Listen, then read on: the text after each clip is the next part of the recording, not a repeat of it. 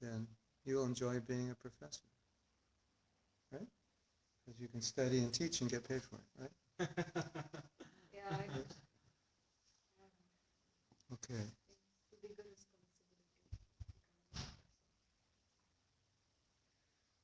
But if you like it, then it's good, right? People who like to study and research and teach are happy as professors, right? You're a professor, you never kind of become part of the real world, you know, because the campus is its own reality, isn't it? Yeah, yeah. Well, Well, we've never gone out of the campus ever. what camp? So you're in school in LA? But I just finished in University of Southern California. Well, they're big in science? Engineering school is huge. Really? Earth science is huge. Really? Physics, my department was huge, but now it's becoming big. Really? I thought it was more liberal arts, like Yeah, film but and all now that. they've changed a lot. The whole world's changed. Yeah. Oh my God. And where do you live? You live near the school? I used to live close to the school. Uh, Not a nice blocks. neighborhood, though. Not near here. And now you're going back or no? No, I just finished, so I'm going to move with him. Oh, to London. Yeah. So, Oxford, not London. so- And what are you gonna do? You don't know? Not yet. Gonna try to get into Oxford, get a research grant or something? She's applied for one. 99% of the microorganisms have to be discovered, right? Someone has to do it. And when you discover them, then what happens? Well, it's the technique which we are using to discover them. It's different technique to actually discover them. And this technique can be applied to look for extraterrestrial Really? life, if there is. But if you find it, they'll shoot you. Because you're not supposed to publish that, right? Right? Because one of the problems, and the people don't realize this, is one of the problems is if you find extraterrestrial life, it throws off the evolutionary theory. Because we think there's only life on this planet. So Yeah. that the theory doesn't work well, but it certainly doesn't work if there's life on another planet, because then you have to count for that. Right?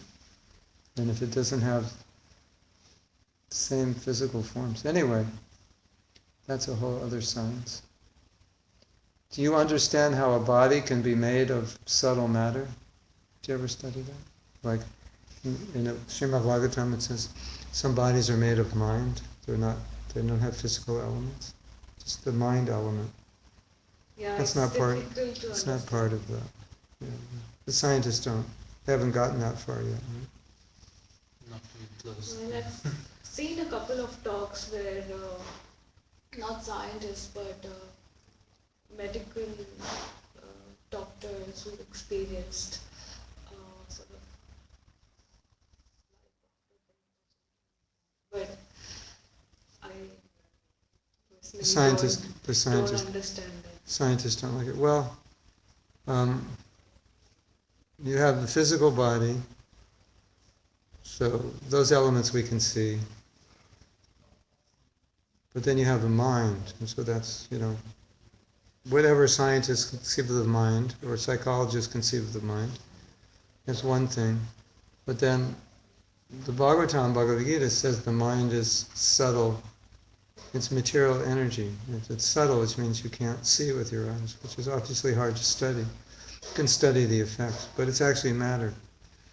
And so, and intelligence is matter, and ego is matter. Ego is immaterial substance. That's difficult to understand because you can't see it.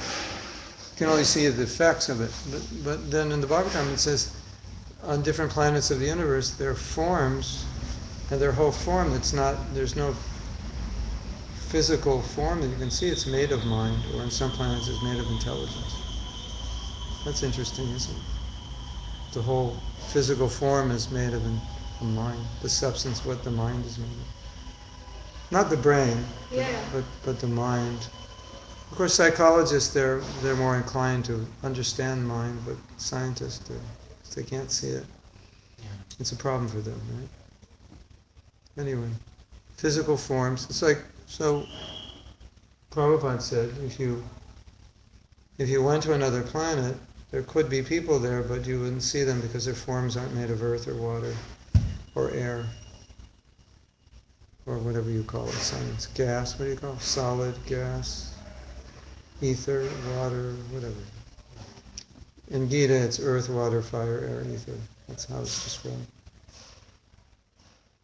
Well, as it gets subtle, you can't see air. I mean, you know it exists, but so as it gets subtle, so even with air, I mean, we can test air. But, so anyway, you know that story when the professor said there's no God because you can't see him, and the student said, well, that means you have no intelligence. And the professor got mad and said, well, I can't see it.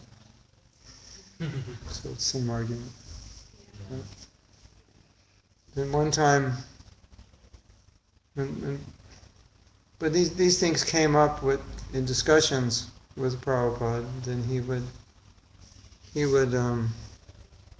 Sorry, we don't want to hold you back. No, then nobody came. I don't know. We didn't advertise it well. Anyway, it's not. They're going to come. Well, we are here. Yeah. So he said there's so many things described in the Vedas about the universe beyond this planet, even this planet. But the way